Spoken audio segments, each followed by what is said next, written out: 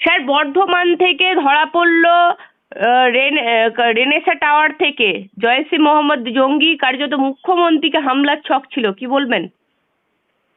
দেখুন, ব্যাপারটা কোনো অভূতপূর্ব বা এরকম অতীতে ঘটেনি বা ভবিষ্যতে ঘটবে না এমন ব্যাপার নয়।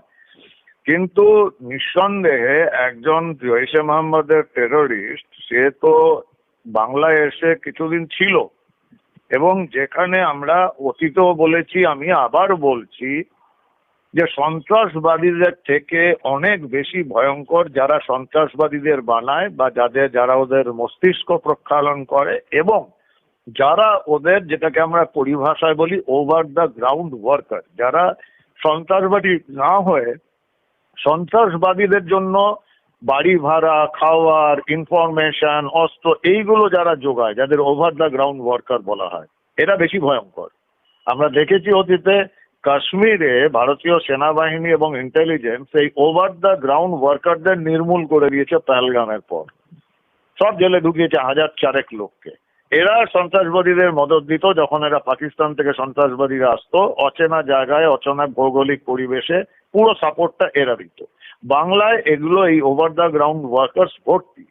গত 15-20 বছরে প্রশাসন, শাসক দল এবং সর্বোচ্চ মহল থেকে যেরকম ভাবে প্রত্যক্ষ মদত দেওয়া হয়েছে জিহাদিদের, পুরো বাংলায় এরা এরকম ওভার দ্য গ্রাউন্ড ওয়ার্কার্স বার করেছে অন্তত বেশ কয়েক হাজার। এদের নির্মূল করতে হবে।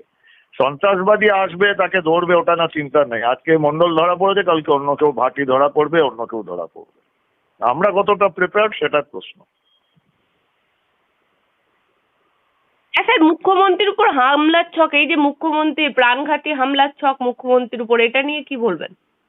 না, এটা দেখুন, এটাতে প্রমাণই হচ্ছে যে জিহাদিদের বিরুদ্ধে মাননীয় মুখ্যমন্ত্রী শুভেন্দুবাবু যেরকম ভাবে সর্বাত্মক লড়াইয়ের ডাক দিয়েছেন এবং যে পদক্ষেপগুলো উনি নিচ্ছেন, এতে এই জিহাদিদের বা একটি অল্প সংখ্যক গ্রুপের যারা মৌলবাদী মানুষ, তাদের একটা বড় সমস্যা হচ্ছে।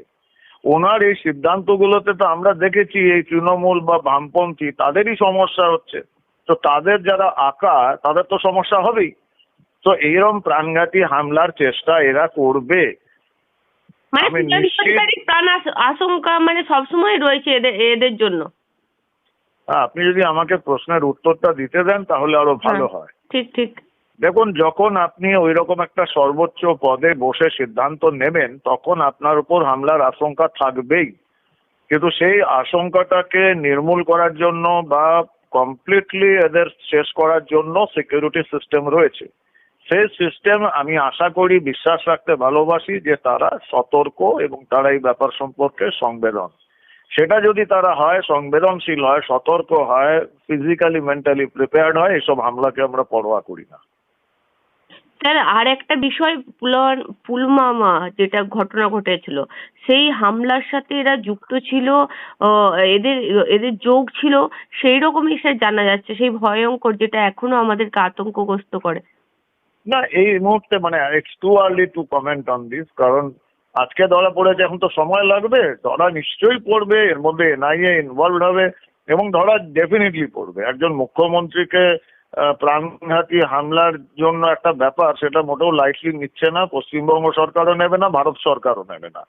তো সেখানে ধরা পড়বে ভবিষ্যতে। তবে সাজাদ ভাট্টি, যার নাম উঠে আসছে, সে পাকিস্তানের এবং অত্যন্ত কুখ্যাত সন্ত্রাসবাদী। আইএসআই এর সঙ্গে সরাসরি আইএসআই এর আন্ডারে কাজ করেছে এবং করছে। তো এদের মূলোৎপাটন হবে, সময় দিন। আমরা মুখ্যমন্ত্রীর সিকিউরিটি নিয়ে আপাতত ফোকাস করি এবং বাংলায় এদের যে শাখা প্রশাখা রয়েছে সন্ত্রাসবাদী, সেগুলোকে আমাদের নির্মূল করতে হবে। স্যার আর একটা বিষয়, এরা পশ্চিমবঙ্গে যে আশ্রয় নেয়, মানে এরা কি করে আসে স্যার, তার আগে কেন এরা ধরা পড়ে না? এটা তো আমাদের নিশ্চয়ই খেয়াল রাখা উচিত। আপনি যদি আমার প্রথম বক্তব্যটা শুনে থাকেন তাহলে আপনি বুঝতে পারবেন। হ্যাঁ, আপনি বলেছেন স্যার আশ্রয়, যারা আশ্রয় দিচ্ছে, এই যে ওভার দ্য গ্রাউন্ড ওয়ার্কার, এরা সব থেকে বেশি বিপজ্জনক। আচ্ছা। আপনার বাড়িতে কেউ আসলো এবং আপনি তাকে লুকিয়ে রাখলেন, এটা জেনে যে সে সন্ত্রাসবাদী, সন্ত্রাসের কাজ করতে এসেছে, আপনি তাকে নিজের বাড়িতে লুকিয়ে রাখলেন, সেটা পুলিশকে ডিটেক্ট করাটা মুশকিল হয়। এবং আপনি সেই লোকটার কাগজপত্র তৈরি করে দিয়ে একটা বিলাসবহুল অ্যাপার্টমেন্ট কেন বাঁচে, যে নিম্নবিত্ত বা মধ্যবিত্ত এলাকাগুলোতে খুব একটা সবাই সবার উপর খোঁজ রাখে, এটা স্বাভাবিক কৌতূহলে। আপনি কলকাতার যে কোনো বড় বিলাসবহুল অ্যাপার্টমেন্টে যান, একজন ফ্ল্যাট ওনার জানেন না পাশের ফ্ল্যাটে কে আছে থাকতে, সবাই নিজের কাজে ব্যস্ত। কিন্তু ওখানে সিকিউরিটি সিস্টেম থাকে, সেটা এখন অনুসন্ধান করে দেখাও দরকার যে সেই সিস্টেমটা মেনটেন হয়েছে কিনা, না হলে কঠোরতম শাস্তি দিতে হবে। ঠিক। স্যার, আর একটা বিষয় হচ্ছে এই যে মানে মুখ্যমন্ত্রীকে যে একটা হামলার ছক বলা হচ্ছে, জৈশ-ই মোহাম্মদ, এই পাকিস্তান যোগ, মানে পাকিস্তানও কি বাংলার উপর এই মুহূর্তে দৃষ্টি আকর্ষণ করছে? খুব স্বাভাবিক, খুব স্বাভাবিক। এটা আমরা আজ নয়, আমি তো 5-7 বছর ধরে বলছি। বাংলাদেশকে বৃহত্তর বাংলাদেশ বা গজওয়াতুল হিন্দ বা সালতানাতে বাঙ্গাল এই সবগুলো জড়িয়ে আছে বাংলার সঙ্গে, পশ্চিমবঙ্গ এবং পূর্ববঙ্গ।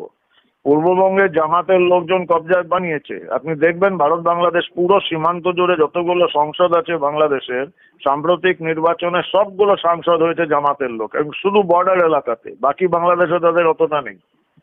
এবার ঠিক পশ্চিমবঙ্গে, এটা আমাদের ভাগ্য ভালো পশ্চিমবঙ্গের মানুষের, যে 4 মে তারা সঠিক দিশা দেখিয়েছেন, নাহলে পশ্চিমবঙ্গ জামাতের মতো এই তৃণমূলের লোকজন ঘিরে ফেলতো, যেটা বর্ডার এলাকাতে অলরেডি ঘিরে রেখেছে। তো পাকিস্তানের জন্য তো নজর হবেই, কারণ পশ্চিমবঙ্গ মানেই চিকেন স্নেক মানে পুরো উত্তর পূর্ব ভারত। তো পশ্চিমবঙ্গ তো টার্গেটেড অনেকদিন ধরেই। স্যার, আপনাকে অসংখ্য ধন্যবাদ আমাদেরকে এতক্ষণ সময় দেওয়ার জন্য। নমস্কার।